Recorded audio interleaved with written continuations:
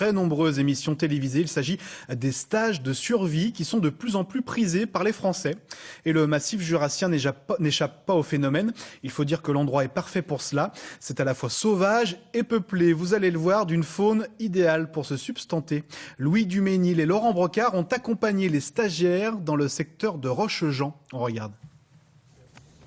On est là et l'objectif c'est d'aller ici.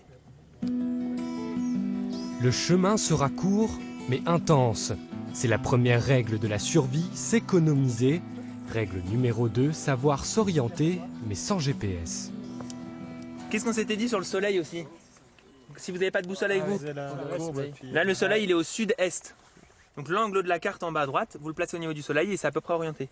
Et après vous pouvez vous fier aux éléments que vous connaissez, la grande échelle. C'est l'enseignement principal de ce stage, éviter d'être déboussolé et regarder autour de soi pour se repérer, là, mais aussi pour se sustenter. J'ai trouvé une première comestible, on va en rencontrer plein, c'est la pimprenelle. Pimprenelle, gentiane, achillée, alchémie, plantain. Difficile de mourir de faim dans le massif jurassien.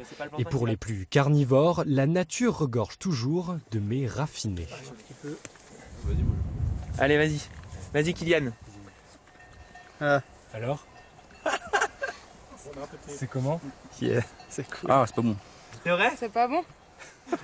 Mais manger ne suffit pas. Côté boisson, il suffit d'une bonne mare d'eau croupie et d'un peu de charbon en guise de filtre.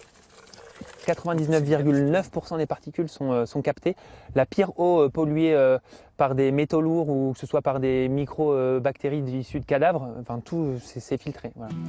Rassasié et abreuvé, il est temps de reprendre la route et de s'enfoncer dans la forêt. Prochaine étape, établir un bivouac car la nuit approche à grands pas.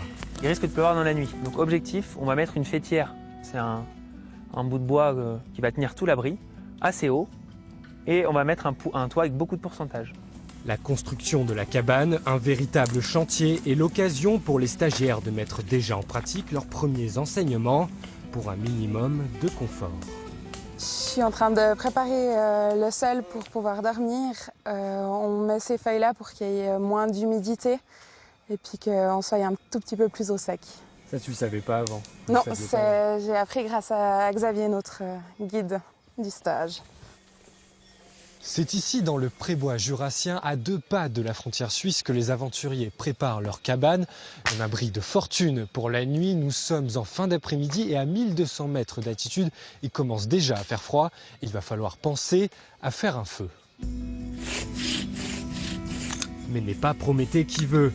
Armés de leurs arcs à feu maison, les stagiaires tentent, retentent, jusqu'à ce que la précieuse braise ne prenne forme et ne devienne flamme. Là on a une braise. Bon. Autour du feu, la faim se fait sentir. Au menu, soupe d'ortie, campagnole ou criquet grillé. Et déjà un premier bilan de cette journée. Ah, il y a la limace. Je pense que ça résume assez bien la journée. C'était bien, on a fait pas mal de choses. Et après, il y a eu des grosses découvertes. J'ai découvert encore plus que ce que j'espérais, donc c'est vraiment chouette. Je suis très content.